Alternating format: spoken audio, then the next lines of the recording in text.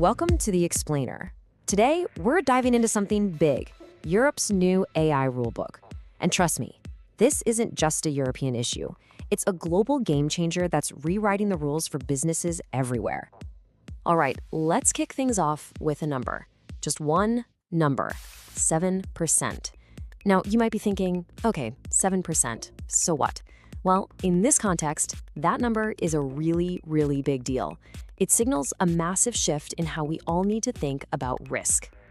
Because that 7% is what it could cost you for getting AI wrong in Europe. We're talking 7% of your global annual turnover. Suddenly, this isn't some abstract risk on a PowerPoint slide, right? This is the new reality. So let's get into what this all means. Okay, so what we're talking about here is the EU AI Act. This thing has been in the works for a while, but it's not just theory anymore. It's real, it's happening, and it's creating brand new, legally binding rules for basically any company that touches the European market. And here's the absolute key takeaway.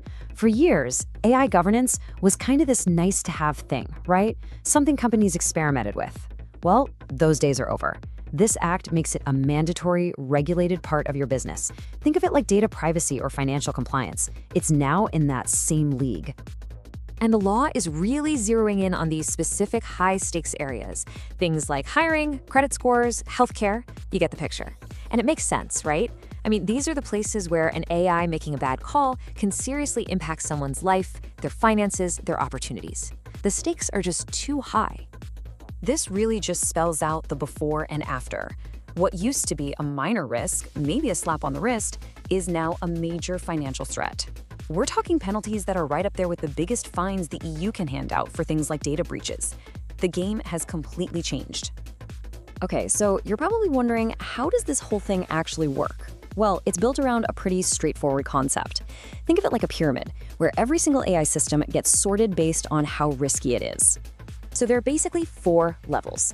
At the very top, you've got stuff that's considered unacceptable risk. Think government-run social scoring systems. That stuff is just flat out banned, no exceptions. Then, as you work your way down the pyramid, the rules start to loosen up a bit.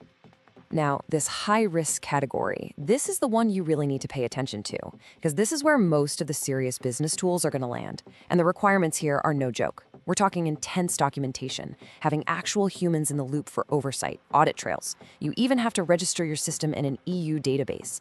It's a heavy lift. So you might be listening to this from somewhere in the US or Asia or Africa and thinking, okay, interesting, but this is a Europe thing, right? Doesn't affect me. Well, not so fast.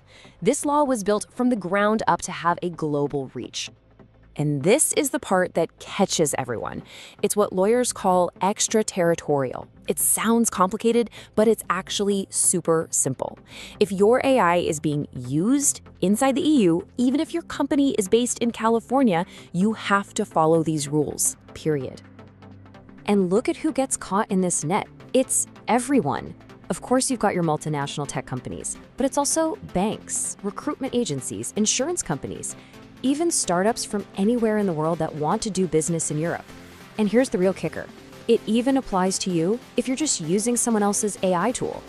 This right here is the quote that should be on every C-suite desk.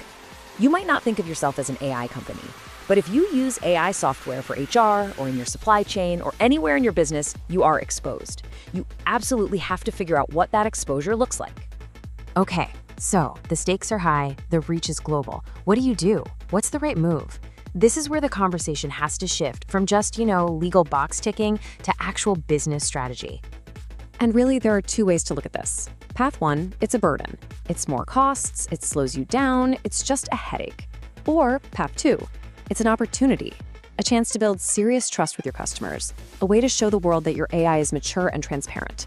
And maybe, just maybe, a way to win deals because European partners will see you as the safer bet. So, it all boils down to this one question. Is this whole AI compliance thing just another cost you have to swallow? Or is it your next big competitive advantage?